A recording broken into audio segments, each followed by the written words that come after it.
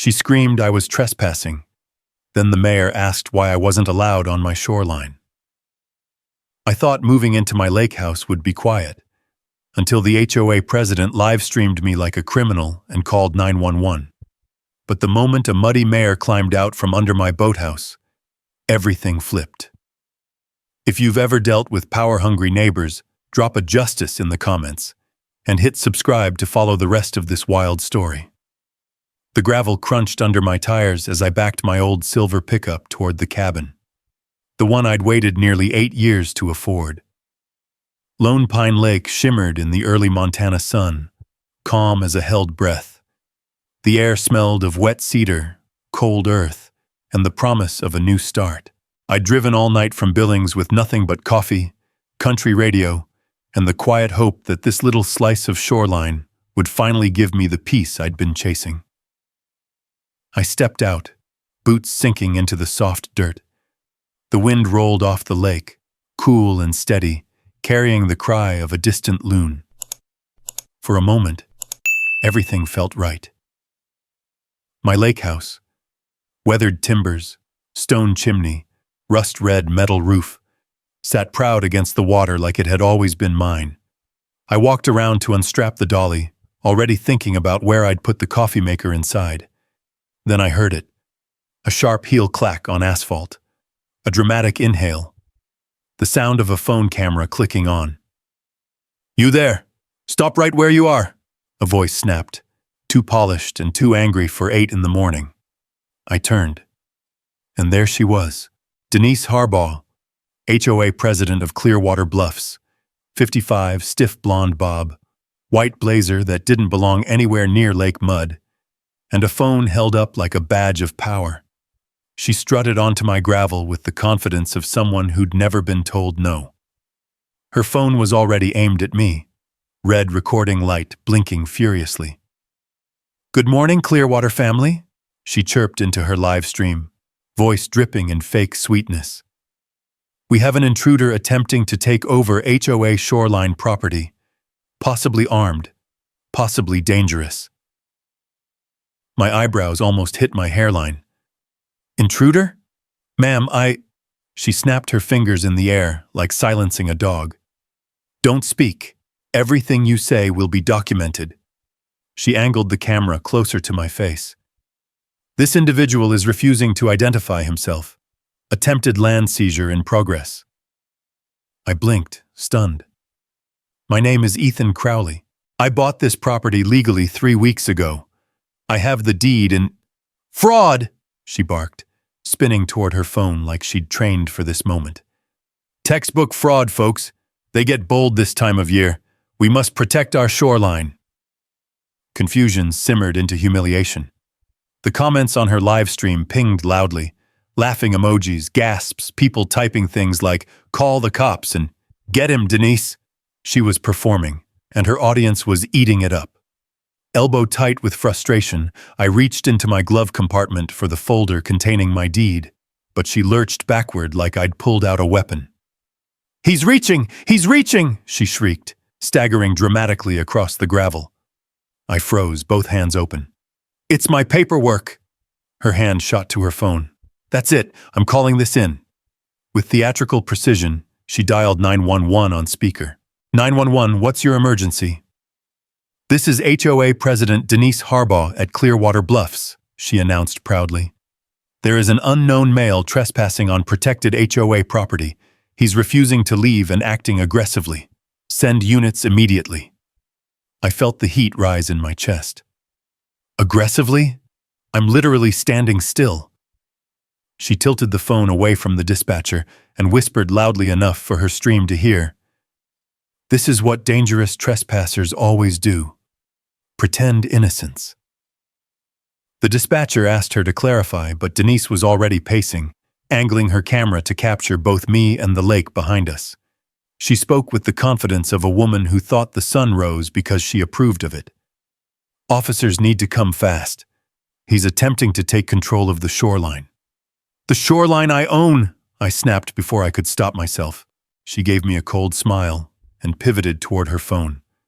"See? Aggressive. Threatening. The way he said that, Honestly, I fear for my safety. My jaw locked. The quiet morning I'd imagined had turned into a circus. Neighbors emerged from their cabins, robes, coffee mugs, curious eyes peeking over railings. The whole lakeside was waking up to watch the show. I felt exposed, cornered, angry. "Lady, I haven't even moved a box inside," I muttered, pulling the deed from the folder slowly, carefully, making sure she couldn't twist the gesture into another accusation. But she wasn't looking anymore. Her head tilted. Her smile widened. And there it was, far off at first, echoing faintly over the lake road. Sirens, growing louder, closer. I exhaled sharply, the weight of the moment settling on my shoulders. Denise lifted her phone triumphantly. "Ah, hear that, folks? Justice is on its way." The gravel vibrated under my boots as the first cruiser rounded the bend. And all I could think was, this is my first morning here. The sheriff's cruiser rolled up slow, tires whispering against gravel as blue and red lights washed over the pines. The wind off Lone Pine Lake shifted, carrying the cold bite of snowmelt and the faint smell of engine oil from the patrol car. Sheriff Cole Rayner stepped out, tall, calm, the kind of man who didn't need to raise his voice to settle a room, let alone a lakeshore. "Morning, folks," he said, shutting the cruiser door with a soft thud. "Got a call about a trespass situation." Before he even finished the sentence, Denise Harbaugh shoved her phone at him like it was a search warrant. "Sheriff, thank heavens. This man is threatening our community and attempting to seize protected HOA Shoreline." Cole lifted a hand, steady as bedrock. "Let's slow down, one at a time." She didn't slow down. She pushed forward, waving her phone so close to his chest, I was sure she could read his pulse. "He's aggressive. He's refusing to leave, and I believe he is armed." I nearly choked. "Armed? I don't even have a screwdriver on me." "Sheriff!" she snapped without looking at me. "He reached for something." "That was my deed," I said, holding the paper folder up by its corner, careful and deliberate, "which I'm sure you'll want to see." I didn't miss the way the sheriff's eyes flicked to it. He nodded once. "We'll get to that." Then to Denise. "Step back a bit. Let me talk to him." Neighbors edged closer, robes rustling, screen doors creaking, coffee mugs steaming in the crisp air. Every porch became a witness stand. Every breath from the crowd added a layer of pressure. Cole turned to me. "Sir, name?" "Ethan Crowley," I said, trying to keep my voice from shaking out of sheer disbelief. "New owner of this property." "He's lying," Denise declared. "You can tell by the tone." Cole ignored her. "You got identification on you?" he asked. "Yes, sir," reaching slowly. I pulled my wallet out, handed over my ID. His eyes scanned it. The breeze carried ripples across the lake, skipping like tiny flashes of silver under the morning sun. It should have been a peaceful sight. Instead, it felt like a judge waiting to deliver a verdict. Cole nodded. "All right, Mr. Crowley. And you said you bought this place?" "I did. Legally. Through the county surplus sale." I held out the deed again. Before he could take it, Denise darted between us like a territorial goose. "Sheriff, please. His documents are fraudulent. This cabin has been under HOA control since 2008. We use the Shoreline for community events. There's no possible way he owns it." Cole looked at her the way a man looks at a yapping dog he's trying not to kick. "Ma'am, step aside." Calm, final. But she didn't budge. If anything, she stood taller, chest out, chin tight with righteousness.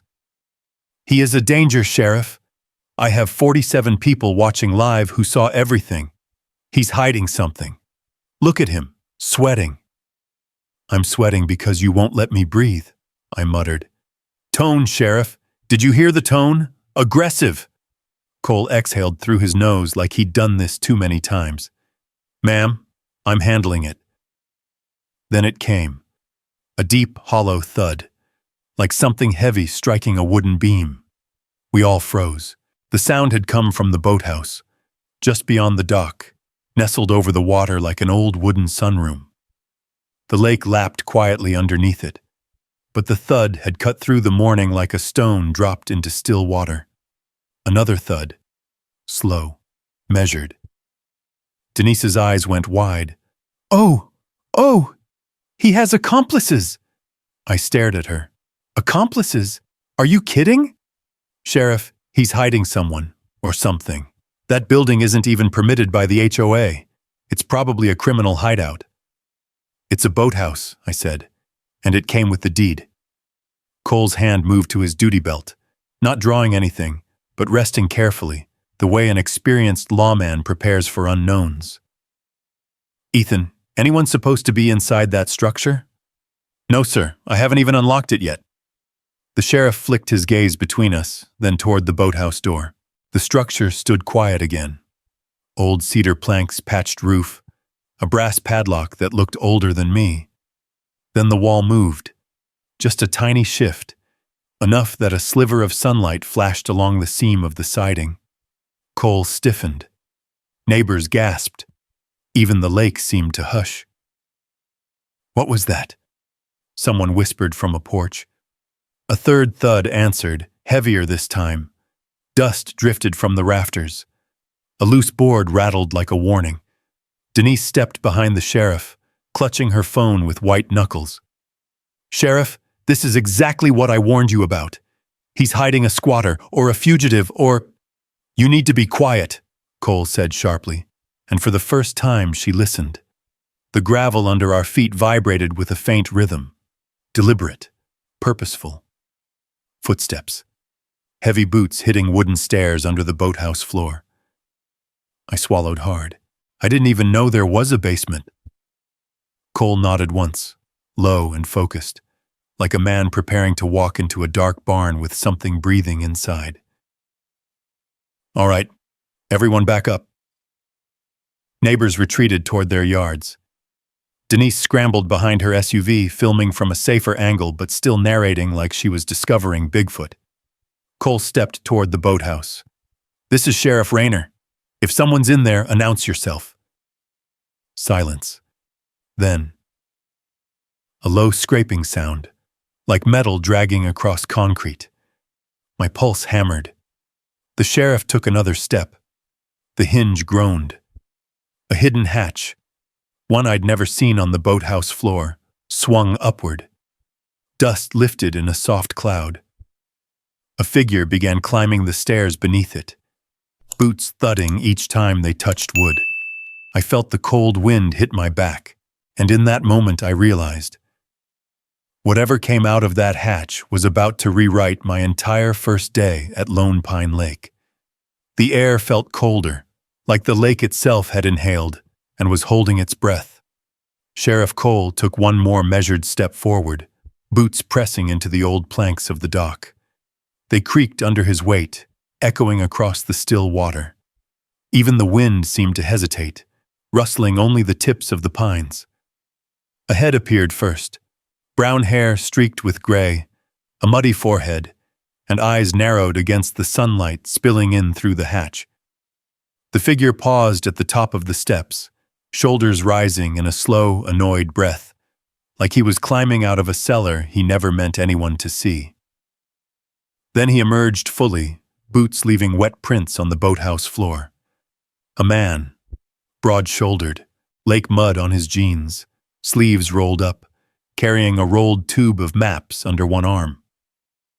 He wiped his brow with the back of his hand and looked around as if he already knew exactly where he was, but wasn't thrilled to see anyone else there. Behind me, someone whispered, "Is that?" Sheriff Cole steadied his voice. "Sir, identify yourself, please." The man blinked twice at the sunlight, then at the sheriff, then, unbelievably, at Denise Harbaugh, who was still crouched behind her SUV with her phone aimed toward us. "Oh, for crying out loud," he muttered, brushing dirt from his shirt. Denise, what in heaven's name are you screaming about now? Denise's jaw dropped so fast, I heard her gasp echo off the water.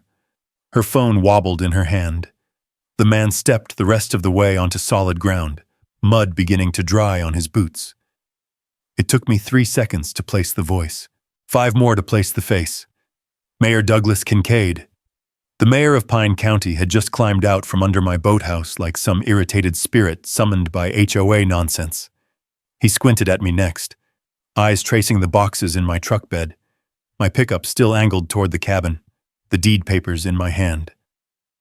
Then the mayor sighed, a deep, world-weary sound like he'd been dealing with this place, these people, for far longer than his job description allowed. Well, he said, adjusting the rolled maps under his arm, this is not what I expected to walk into on a Tuesday. Sheriff Cole recovered first. Mayor Kincaid? Sir, what were you doing down there? Same thing I've been doing every Tuesday morning for the last 6 years, he said. Flood planning, emergency assessments. This boathouse is our designated access point for the North Inlet. County records should show that. He looked around pointedly. Or at least they used to. Denise sputtered. No, this is HOA recreational property. You can't just... What were you even doing in our restricted area? The mayor slowly turned his head her way. His eyebrows rose. Restricted? Denise, this isn't HOA land. Yes, it is, she snapped, stepping out from behind her SUV like she had something to prove. Her blazer caught the wind, flapping awkwardly against her sides. We have jurisdiction over all shoreline activity. Since when? The mayor asked. Since... She blinked. Twice. Since 2008. The mayor let out a short laugh. Absolutely not. This property was designated county emergency access well before that. And this shoreline, he pointed to the water, then to the land under my boots, has always been privately owned. Denise shook her head, eyes darting around at the neighbors who were now whispering among themselves. That can't be right, she insisted. We have agreements, documents, maps. The mayor held up a hand. I'd like to see those maps, but first, he pointed at me.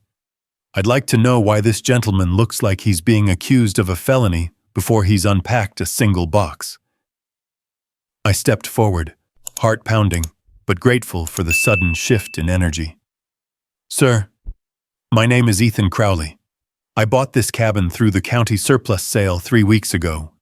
I've been trying to explain that, but I pointed to Denise, who clutched her phone like a security blanket, keeps claiming I'm trespassing. The mayor looked at my deed, then at the cabin, then at my truck. His expression changed, subtle, but real. Ah, he said softly. That sale finally went through. Before I could ask what he meant, another deep thud echoed beneath the dock. The hatch behind us wobbled on its hinges, creaking from where he'd left it open. Dust drifted lazily into the sunlight beams, slicing through the slats. The mayor didn't flinch. Instead, he stepped to the hatch, nudged it shut with his boot, and said, "Probably the backup generator. That basement's older than most of the houses on this lake." Denise was still frozen, her live stream catching every second of her disbelief.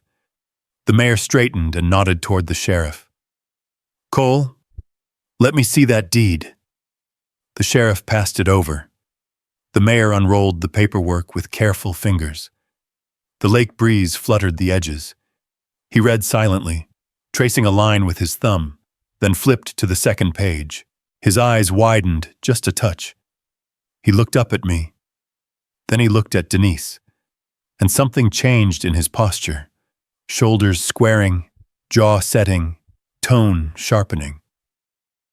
"Well," he said, "that's interesting." He pointed to a clause near the bottom of the document. I didn't know what it said. Denise didn't know what it said. But the sheriff leaned closer, and his eyebrows rose too. The mayor folded the deed slowly, deliberately, and handed it back to me.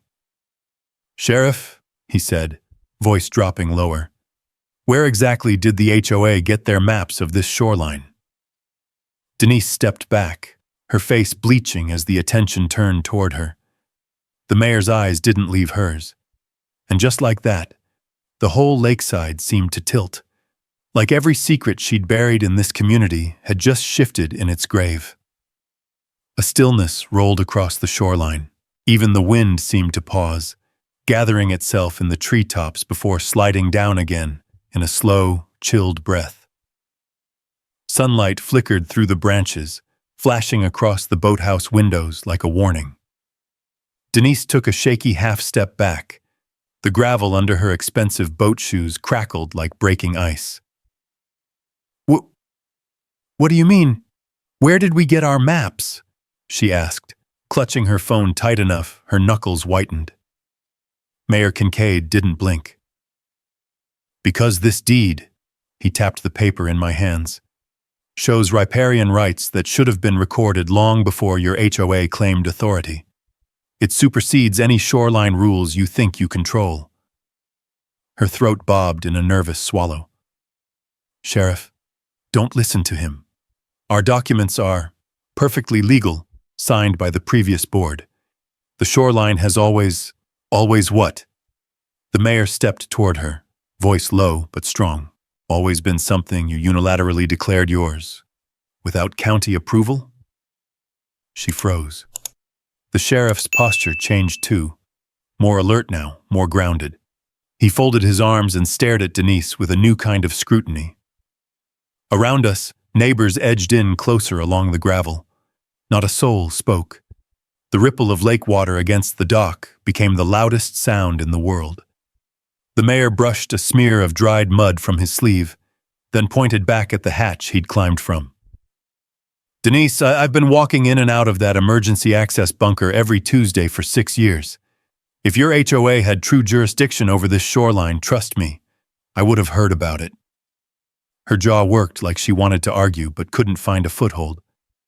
"And for you to claim this man is trespassing," he gestured toward me, "when his deed clearly states he owns this entire section of water access, that's not a misunderstanding. That's either gross negligence or deliberate fraud." Neighbors murmured. A few gasped. Somebody whispered, "I knew it. I knew something was off." My pulse thudded in my ears. The humiliation I'd been choking on since sunrise started to thin into something sturdier. Relief, maybe, or the first hint of justice. Denise's eyes darted everywhere but at the mayor. "Our maps are valid. Our committee approved them. We have signatures. We, That's not how shoreline jurisdiction works," Sheriff Cole said flatly. She turned on him. "Sheriff, you don't understand. We maintain this area. We clean it. We host lake events. And none of that gives you ownership," Mayor Kincaid added. "You can't annex what isn't yours." She inhaled sharply, then tried to rally. "The HOA bylaws give us full control over community safety and lakefront regulation. The bylaws don't override county deeds." The mayor's words were steel. And then, before anyone could speak or stop it, another sound rose beneath the dock. A scraping, metal on concrete, slow and deliberate. The sheriff's hand slipped toward his belt again, cautious but steady. "What now?" someone whispered from a porch.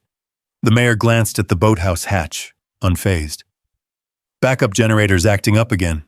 Been trying to get funding to replace it for years." The noise faded, but the shift in the crowd didn't. Something deep in the atmosphere had cracked open. The mayor turned back to me with a more thoughtful expression. "Mr. Crowley, where exactly did you say you bought this property?" "County surplus auction," I answered. "Everything went through. I signed all the sale documents. Got the keys mailed to me last month." He nodded slowly, eyes narrowing in focus. Not suspicion, but recognition. "And you purchased the entire parcel, including boathouse rights?" "Yes, sir." For a moment, the wind rustled harder, skimming across the lake, moving the cattails, stirring dust around our boots. It felt like the whole shoreline was bracing for whatever he was about to say. Then the mayor breathed out, long and heavy. "Well," he muttered.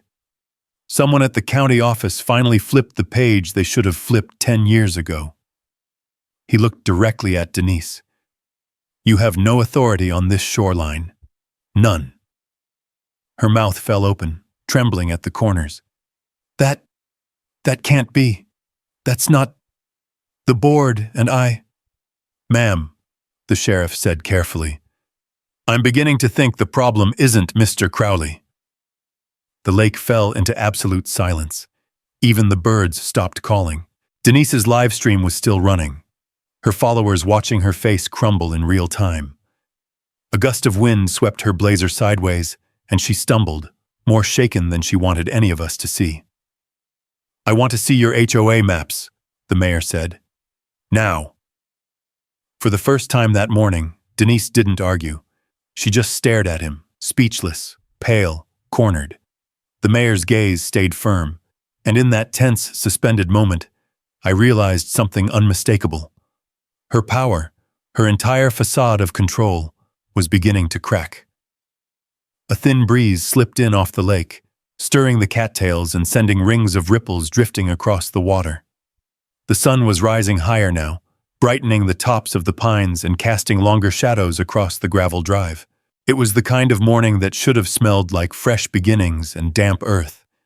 But instead, it smelled like trouble loosening its seams. The mayor tapped the deed tucked under my arm. "Mr. Crowley, if you don't mind," he said. I handed it over, the thick paper folder rustling as he unfolded it. The pages caught the light like old parchment, cream-colored, creased at the edges, stamped with decades of recorded history. He moved slowly through the documents, each page turned with deliberate care. Sheriff Cole leaned in slightly, and even a few neighbors took tentative steps forward. Denise stood rigid, clutching her phone at her side now, the live stream still running but forgotten. Her lips pressed together so tightly they blanched white. The mayor cleared his throat softly. "This is interesting." He flipped to the second page, my purchase receipt, then the annotated map the county clerk gave me, then the older copies I initially thought were just historic filler. But now, looking at his expression, I understood they were a lot more than filler. He tapped one corner of the map. "Here," he said, pointing to a hand-drawn boundary line from 1978.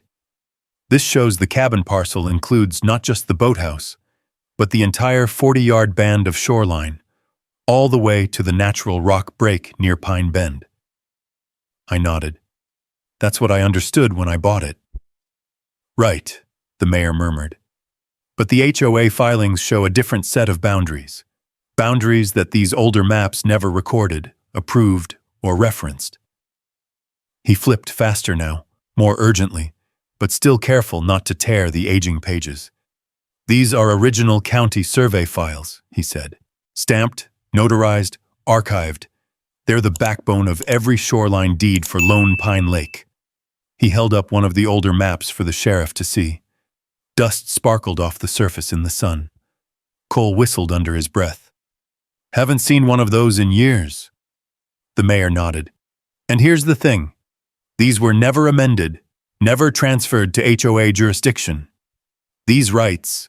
He turned to face me directly. "These rights stayed with the property. They stayed with the owner.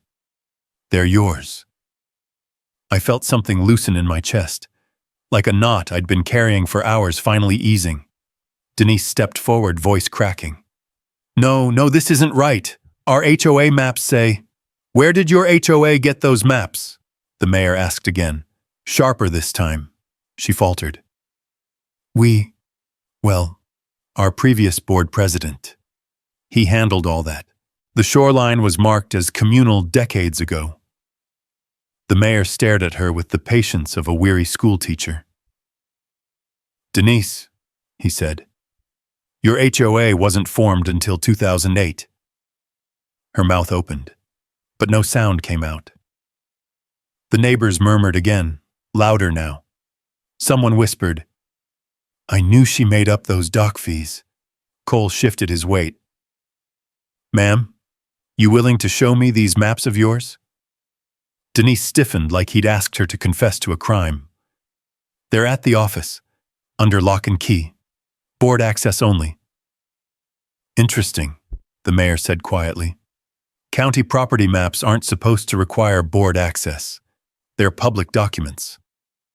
She swallowed hard. The wind picked up, rustling the papers in the mayor's hands and sweeping a swirl of dust across our feet. The lake had shifted tones too.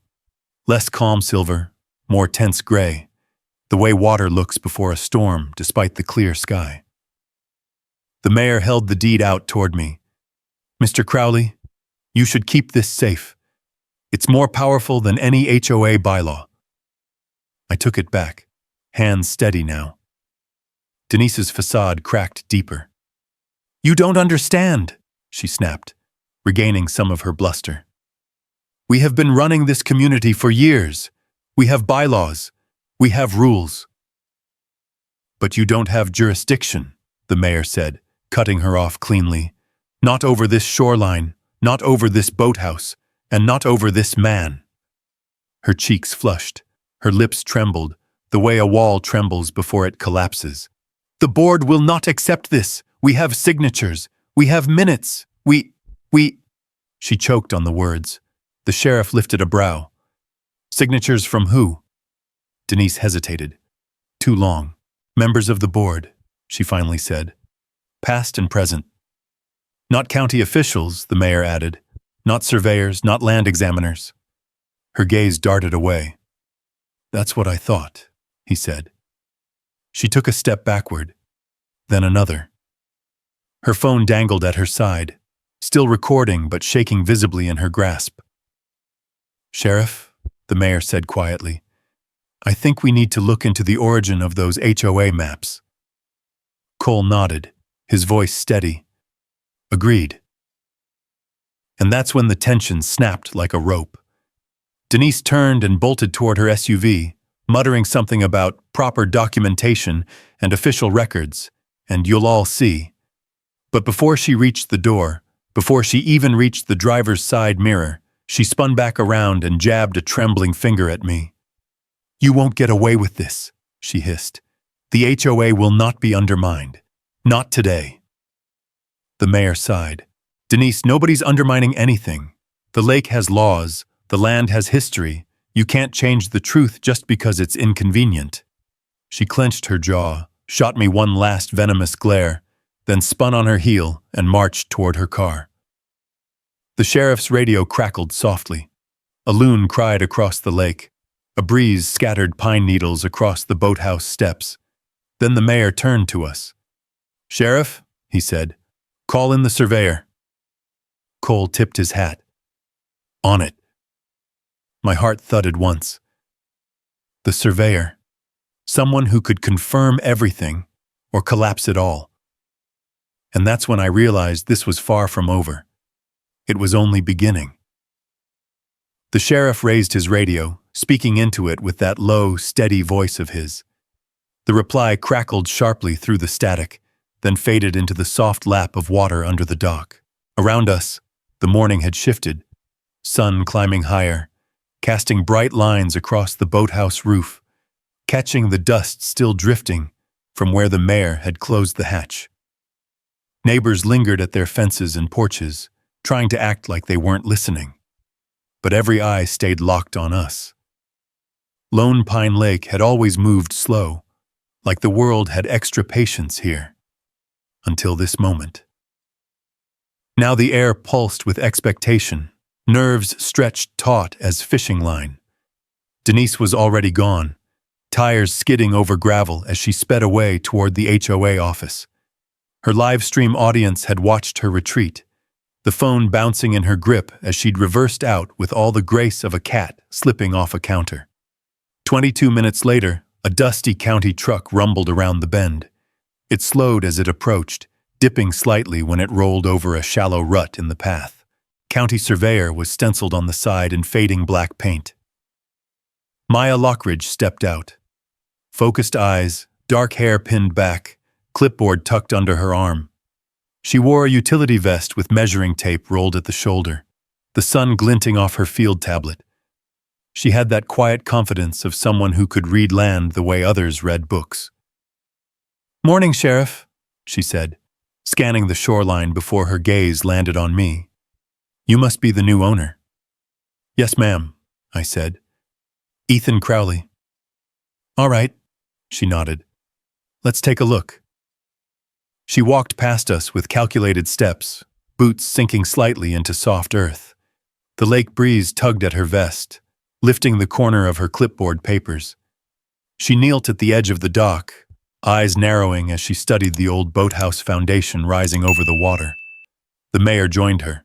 "Maya, we're dealing with a boundary dispute. HOA president claims jurisdiction. This deed," he tapped it against his leg, "says otherwise." Maya straightened, already tapping on her tablet. The device chimed softly as she swiped across digital county files. "Well, let's see what the county says before we start guessing." She moved to the property marker near the driveway, an old iron stake buried halfway in the dirt, nearly swallowed by the roots of a knotted pine. She cleared away some loose needles with her boot. "This stake's original," she murmured. "From the 70s. That's a good sign." I exhaled, though I didn't dare get hopeful yet. She walked a straight line toward the water with a wheel measure, the device clicking rhythmically over gravel, grass, and wooden planks. When she reached the lakeshore, she paused and checked her tablet again. The sheriff and mayor watched her closely, both with crossed arms, both breathing slower than usual. The neighbors leaned in, murmuring to each other like a small-town jury waiting for the verdict. Maya took one last measurement, then stood still as the breeze stirred her hair. Finally, she looked at me. "Ethan," she said, her tone clipped and precise, "your deed matches the county line. Perfectly." It was like someone flipped a switch in my chest, but she wasn't finished. As for the HOA, she turned her attention to the mayor and sheriff. Their shoreline overlays don't exist in county files. They were never approved. In fact, she swiped faster on her tablet, these boundaries don't even align with official state records. The mayor's jaw tightened. Meaning? Meaning the HOA's maps were submitted with self-drawn boundaries. She zoomed in on a document and tapped the screen. "Look here. The offsets don't match state GIS coordinates. Whoever made these overlays redrew the shoreline at least twice." The sheriff let out a low whistle. My stomach flipped. The neighbors buzzed, some stepping closer to see. Maya continued, her voice cool and even. "This entire 40-yard band of shoreline, the boathouse, the dock, everything you see between those two tree lines, belongs to Ethan. Legally. Fully." A breath I didn't know I'd been holding finally escaped. But before relief could form into anything more solid, a screech of tires cut through the quiet. Denise had returned. Her SUV lurched to a stop in front of the boathouse, dust swarming around the tires like smoke. She slammed the door and stormed toward us, face flushed, hair frizzing around her temples. A manila folder bulged in her hands, stuffed with loose papers poking out at wild angles. "I have documentation," she declared, shaking the folder so violently that a few pages fluttered to the gravel. "Official shoreline agreements, community approvals, board signatures, everything your so-called evidence doesn't show." The sheriff stared at her calmly. "Ma'am, we need to see what you've brought." "You'll regret questioning the HOA," she hissed, thrusting the folder at Maya. Lake wind tugged a few more pages loose, sending them skittering across the dock. Maya crouched, collecting the scattered documents. She flipped through the pile, brow furrowing deeper with every page turned. The mayor watched her closely. What are you seeing? Maya held up a page. This, she said slowly, isn't notarized. She lifted another. This one is only signed by board members, no county seal. Another. No survey markers, no legal coordinates, no archive number. Denise's expression twisted. They don't need those. We voted. The board doesn't control the shoreline, the mayor interrupted calmly. The law does. She shook her head, stepping back as if the ground itself had betrayed her. No, this is wrong. These are valid documents. We've been using this land for years. For 7 years, Maya corrected softly. Without authority. The wind shifted again, scattering her papers farther down the dock. A few neighbors gasped. One muttered, I knew she was making things up. Sheriff Cole closed the distance between them. Ma'am, we're going to need you to stop interfering with the survey. But she barely heard him.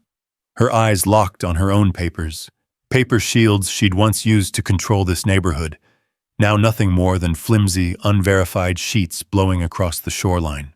And then she whispered it. No, this can't be happening. Maya turned back to the sheriff. Cole, she said, these documents are illegal filings. He owns the shoreline. Gasps rippled down the neighborhood. Denise stumbled backward, breathing unevenly. The sheriff lifted his radio. Dispatch, this is Rayner. I need a state water rights attorney at Lone Pine Lake. ASAP. My heart pounded. The mayor stared out at the water, his jaw set. Maya closed her tablet with finality. And Denise, hands trembling, looked like a queen watching her crown slip into the lake. The breeze picked up again, running a cold finger across the back of my neck. Pine needles skittered across the boat ramp. A loon called out from the far cove. The sound stretched thin and lonely, as if the whole lake sensed something had shifted here. Something heavy. Sheriff Cole stepped closer to Denise, boots crunching on the gravel, his voice steady but firmer than before. Ma'am, I'm going to need you to hand over any and all HOA documentation involving shoreline boundaries. Denise blinked fast, almost frantic. No, you don't understand. She fumbled with the manila folder, pulling out more papers, shoving them into the air like a magician performing a trick she no longer believed in. We have agreements, signatures. The board approved everything unanimously. Maya took a step forward. Denise, the board can't approve what the county never approved. But we had meetings, she cried, voice rising in a desperate, cracking pitch. We had votes. We held a ceremony at the marina to mark our authority. The law doesn't care about your ceremonies, the mayor said sharply, adjusting the rolled flood maps under his arm. Denise flinched. She knelt down suddenly, picking up stray papers that had blown loose. Her fingers trembled as she gathered them. A few caught on the dock planks, flapping in the wind until she tugged them free. One page tore at the corner. Another slipped into the water and floated away. She stared at it, horrified, as the ink blurred into unreadable streaks. It was symbolic somehow. Everything she'd built slipping right through her hands.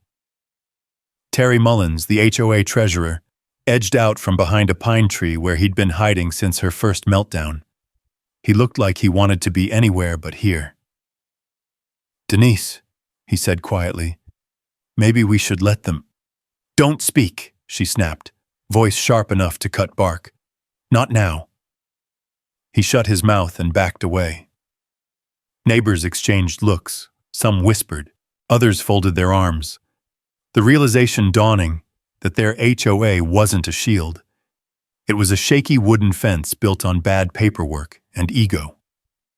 Maya held out her hand. Denise, please. For a moment, I thought the HOA president might throw the papers in Maya's face, but something in her posture finally broke. She pressed the folder against her chest, squeezing it like it might somehow rewrite itself if she held it tight enough. Then, with a shaky breath, she pushed it toward Maya. Fine, she muttered. Here, Look, you'll see I'm right. Maya opened the folder slowly. The wind flipped a few pages, and she pinned them down with careful fingers. The sheriff, mayor, and I stood close enough to hear every rustle. The top page, unnotarized signatures. The next, a crudely drawn map of the shoreline with boundaries scribbled in marker. The next, a memorandum typed on HOA letterhead with no legal stamp. The next, handwritten notes about shoreline events permissions dated years before the HOA existed. Then another, and another. It was a stack of papers dressed up as authority. Nothing more. Maya exhaled softly. Denise, these documents aren't real filings. The HOA president's face crumpled. They are. They must be. Judge Wentworth said. She stopped abruptly. The sheriff's head turned. Judge Wentworth, he repeated. As in, Harrison Wentworth? Denise swallowed. Hard. My husband. The mayor's brows shot upward. Well, that complicates things. Something cold slid down my spine. Maya closed the folder. These aren't just invalid. They're illegal filings. You submitted them as if they were county approved. Denise shook her head wildly. It wasn't me. It was Harrison. He said he could handle it. He said the county wouldn't bother us. Harrison's a circuit judge, the sheriff said. He should have known better. He did know better, she snapped. Too loud, too raw, too revealing. And right there, her mask shattered. Maya exchanged a look with the sheriff. The mayor let out a long, low whistle, shifting his weight like this revelation suddenly made all the missing pieces click into place. Sheriff Cole stepped forward. Denise Harbaugh, he said, voice steady and formal. You are interfering with an active land survey and investigation. At this point, I need you to stay exactly where you are. She backed up. Sheriff, you can't be serious. We're not placing you under arrest, he clarified, but you are not to leave the area. Her breath hitched. Her eyes flicked to the tree line. For a second, I thought she might run. Instead, she sank onto the dock, shoulders sagging. Her phone slipped from her fingers and clattered to the wood, the live stream still running. Comments were flying across the screen. Laughing emojis, shocked emojis, people asking if they'd just watched a crime unravel. Her own audience was watching her ruin herself. I almost felt sorry for her. Almost. The sheriff raised his radio. County Dispatch, this is Rayner. We need the state water rights attorney on site. Mark urgent. Static crackled through the speaker. Copy that, Dispatch replied. Attorney Todd en route. The mayor shifted his maps and stared at Denise, the same way a man looks at a dam that's finally given way after years of pressure. Denise, he said slowly, you didn't just overstep. You built an entire empire on land you never owned. She stared at the lake, eyes vacant. The breeze tugged her hair, lifting strands across her cheek. She didn't brush them away. Maya stood and turned to me, her expression steady but heavy. This is going to get worse before it gets better, she said quietly. The attorney will confirm everything. And when she does, the HOA, she glanced back at Denise. It won't survive this. I looked out at Lone Pine Lake. The surface shimmered, bright and cold beneath the morning sun. The water lapped softly against the dock, gentle, rhythmic, unbothered by the chaos unfolding above it. But all I could think was, this wasn't the lake I'd expected. It was something deeper, older, and full of buried truths that were finally clawing their way to the surface.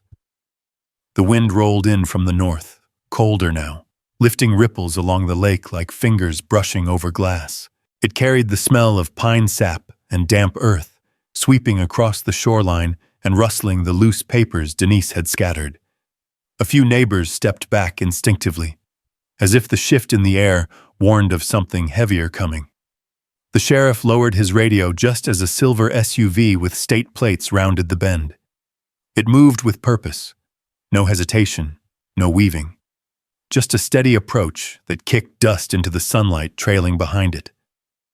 The SUV pulled to a smooth stop in front of the boathouse. A door opened, and Rachel Todd stepped out. Crisp charcoal suit, brown hair pinned professionally at her collar, eyes sharp enough to cut through fog, a leather folder tucked under her arm. She carried herself with the confidence of someone who had spent years in courtrooms dismantling lies, one sentence at a time. "Morning," she said to the sheriff, shaking his hand. "You said we had boundary disputes. Illegal filings?" "Yes, ma'am," Cole replied.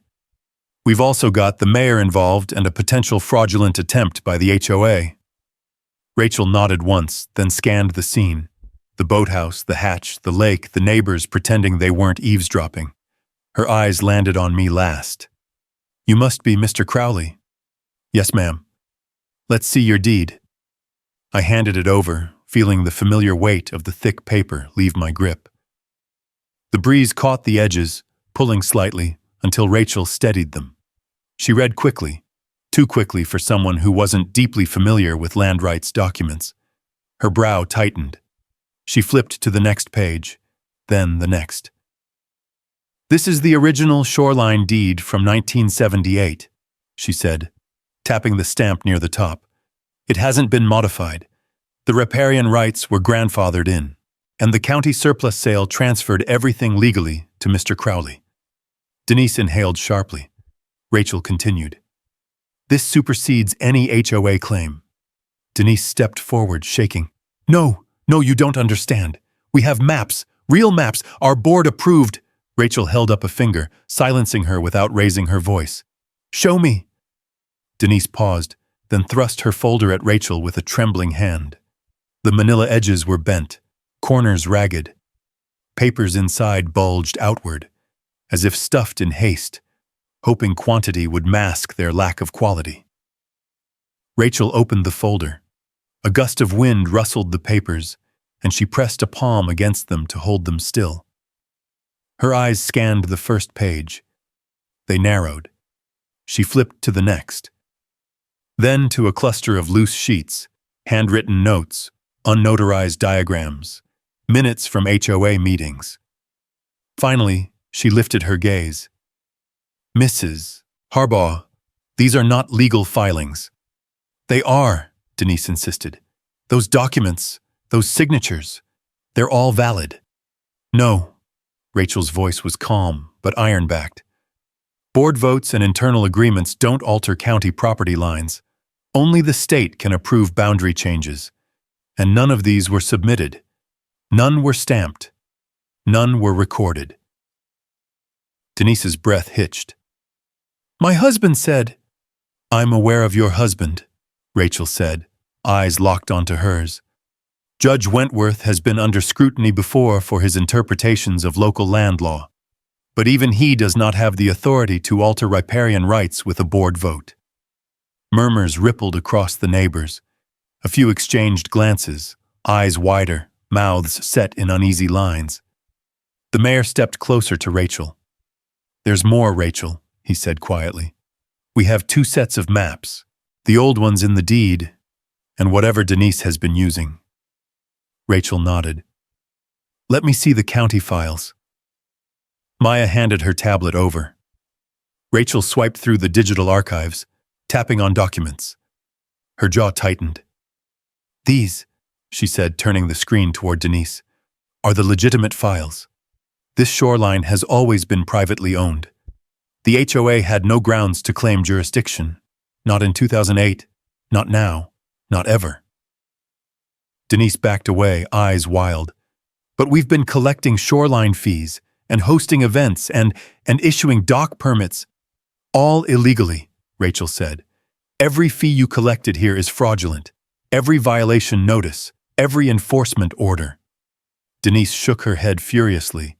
No, you're twisting this. We were told—" "By who?" Rachel asked. Denise hesitated. "By who?" Rachel repeated more firmly. Denise's voice cracked. By Harrison! The crowd buzzed. Terry Mullins covered his mouth. Someone whispered, "Oh, Lord." Rachel exhaled slowly. Harrison Wentworth is not the law of this lake. The state is. The sheriff took a step toward her. "Ma'am, you need to calm down." But she didn't. Her knees buckled, and she grabbed the edge of the dock for balance. She clutched her hair, shaking her head repeatedly like she could undo everything by refusing to accept it. Rachel stepped away from her and toward me. "Mr. Crowley," she said, "I'm confirming, officially, that you are the rightful owner of this shoreline. All HOA claims are null." I swallowed, the weight of relief nearly flooring me. Rachel wasn't finished. She turned to the crowd, projecting her voice across the lakefront. "Federal law protects riparian property rights. The HOA violated state code, county code, and several filing procedures. There will be consequences." Denise whimpered. The neighbors murmured louder, voices filled with shock, anger, and a strange mix of vindication. Rachel faced the sheriff. "Cole, this is no longer a simple property dispute. This is a legal violation with multiple counts. We'll need to freeze HOA shoreline activities immediately." The sheriff nodded. "Understood."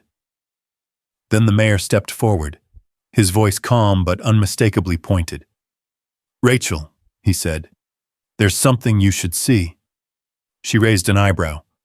"What?" He pointed at the boathouse hatch, the same one he'd climbed from earlier. "It concerns the original county maps, and why they were never updated." Denise's eyes widened in horror. Rachel's expression shifted into something sharper, more focused, a lawyer scenting a deeper truth below the surface. "What's under that hatch?" she asked. "That I need to see." The mayor didn't blink. "A vault," he said, "and the real shoreline map." A hush fell so heavy it seemed to settle over the entire lake. "Show me," Rachel said. The mayor moved toward the boathouse. The sheriff followed. Maya followed. I froze, breath caught in my chest.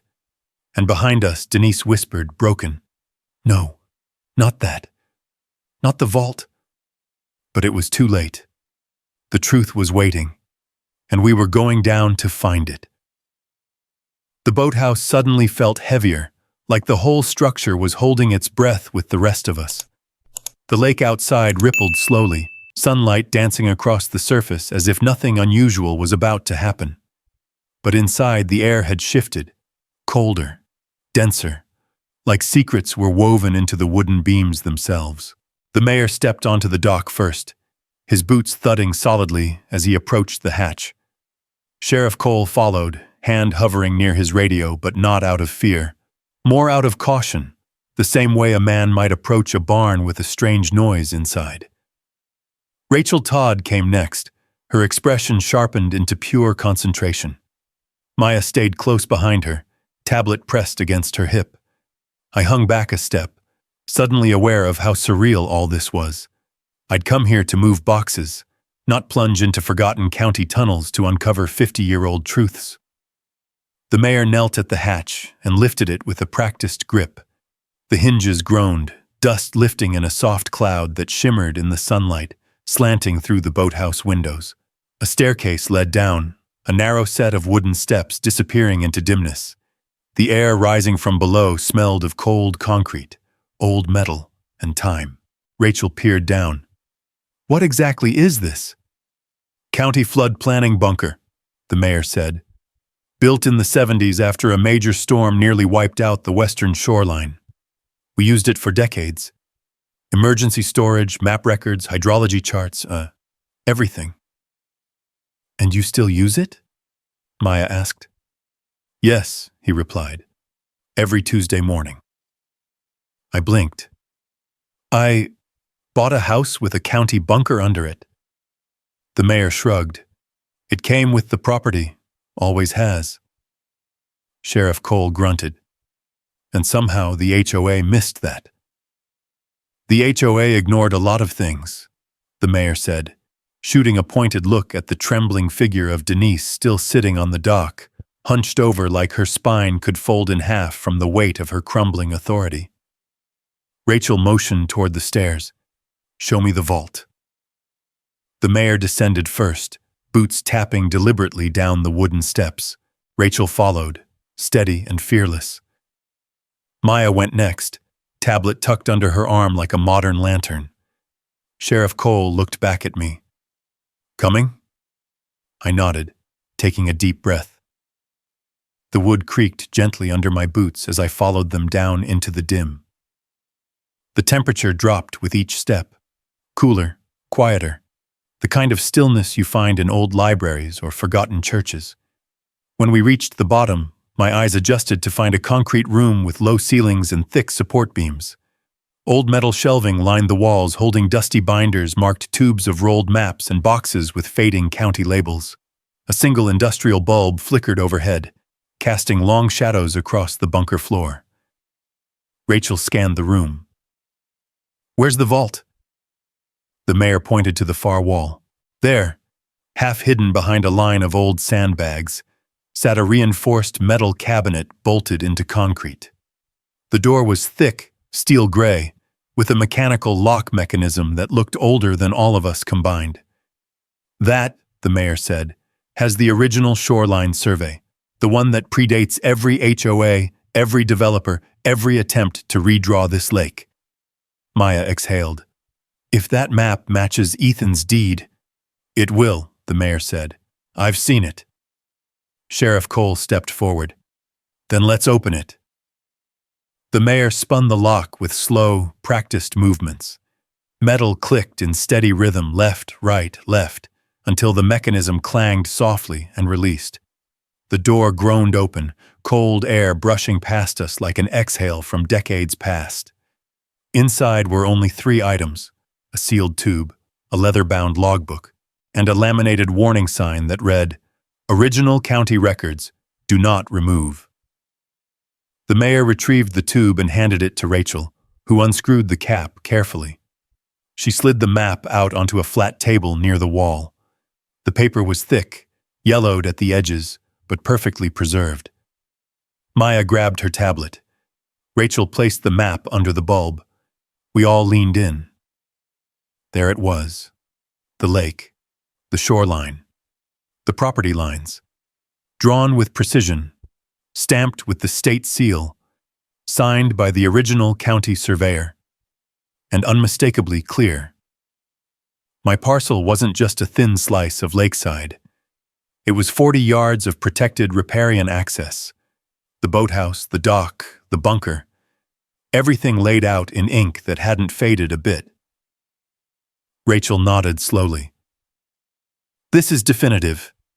Maya compared it to her digital files. "It matches the county archive exactly." The sheriff blew out a breath.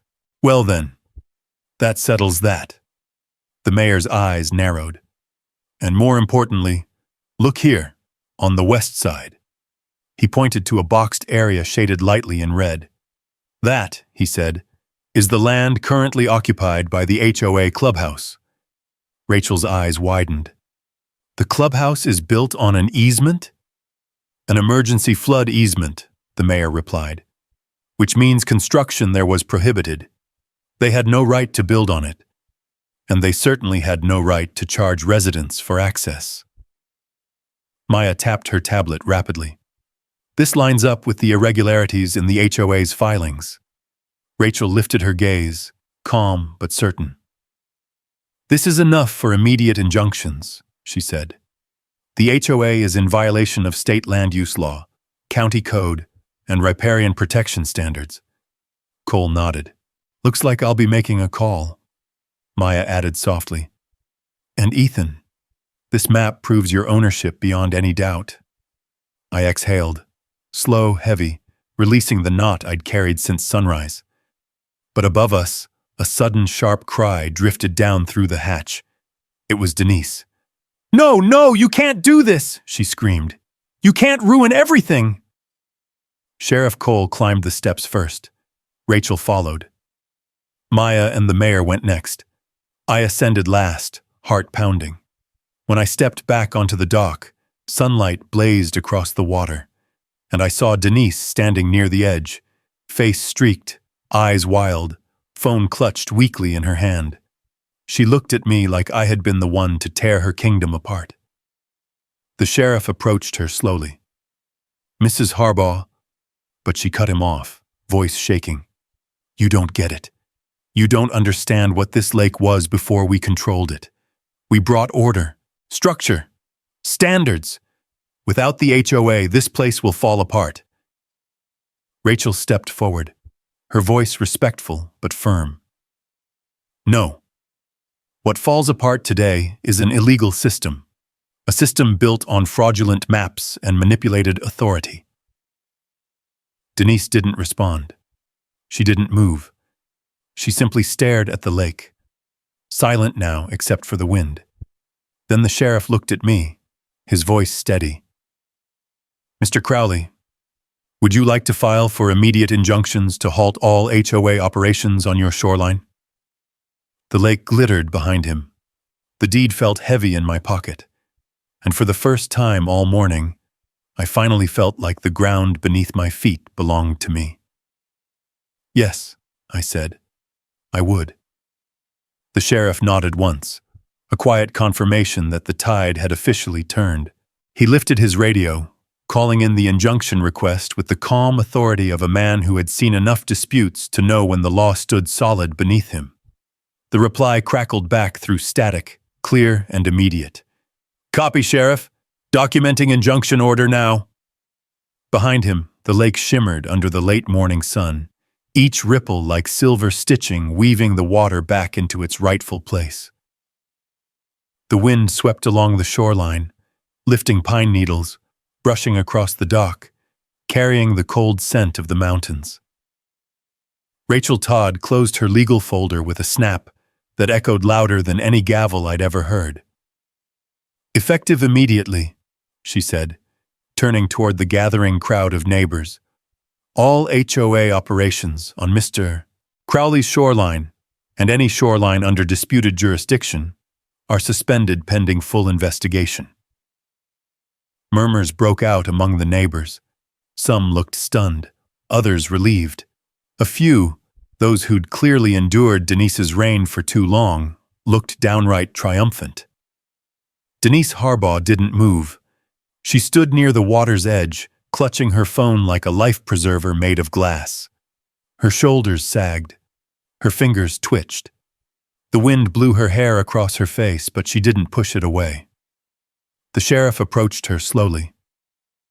"Mrs. Harbaugh, you're not under arrest," he said gently, "but we're asking you to remain available for questioning. There are going to be a lot of legal inquiries." She didn't even look at him. She just stared at the lake, like staring long enough would force it to obey her again. The mayor stepped beside her, not unkind, but firm.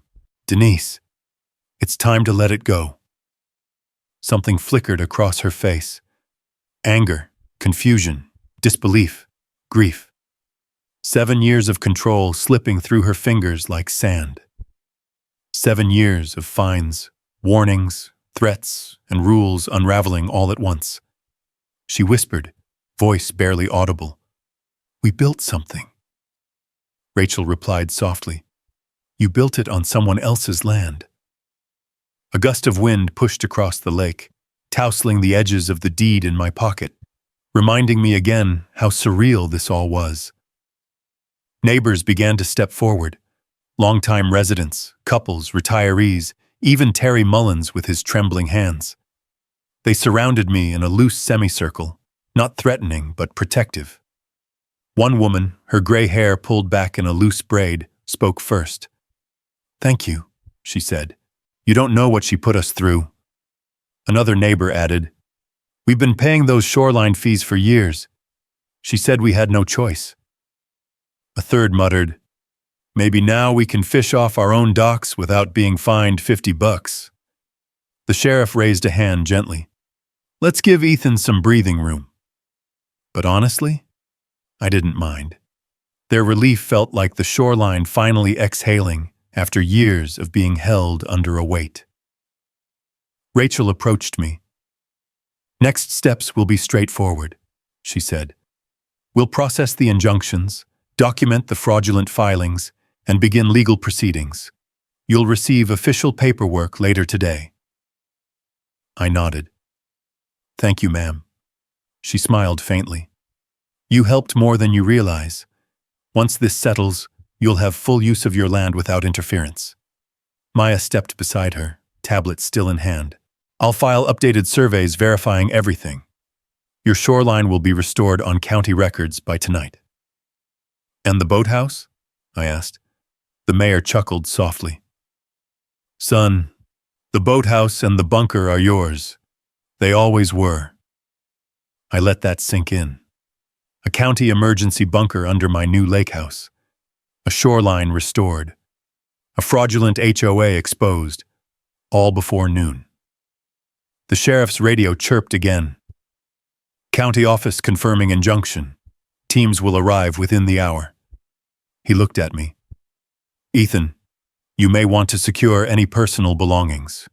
HOA representatives will be barred from the area, but there'll be a lot of foot traffic today." I nodded. "Understood." Then Sheriff Cole turned toward Denise. "Ma'am, for now, I need you to step back from the shoreline." She blinked, dazed. "This was my community." "No," the mayor corrected gently. "It belonged to the lake and the people, not the board." She broke then, not loudly, not dramatically, just a silent collapse of pride, shoulders folding inward, eyes losing their shine. Terry finally gathered the courage to stand beside her. "Denise," he said softly, maybe we should go." She didn't answer, but she let him take her arm. The sheriff escorted them to her SUV, not as a criminal escort, but as a weary man guiding someone who had finally met the edge of her own making. The door shut with a dull thud. The engine started, and for the first time in years, according to every neighbor watching, the lakefront felt light. Rachel handed me a business card. "Call me if anyone from the HOA threatens, pressures, or contacts you. They're going to be busy dealing with this mess, but still." "I will," I said. Maya smiled, adjusting her vest. "I'll come back later to help you remark the property line." The mayor clapped a hand on my shoulder. "Son, you've done this community a service, more than you know." I glanced out over Lone Pine Lake. The water glimmered, clear and peaceful again. A breeze hummed softly against the dock beams. Boats rocked gently at their moorings.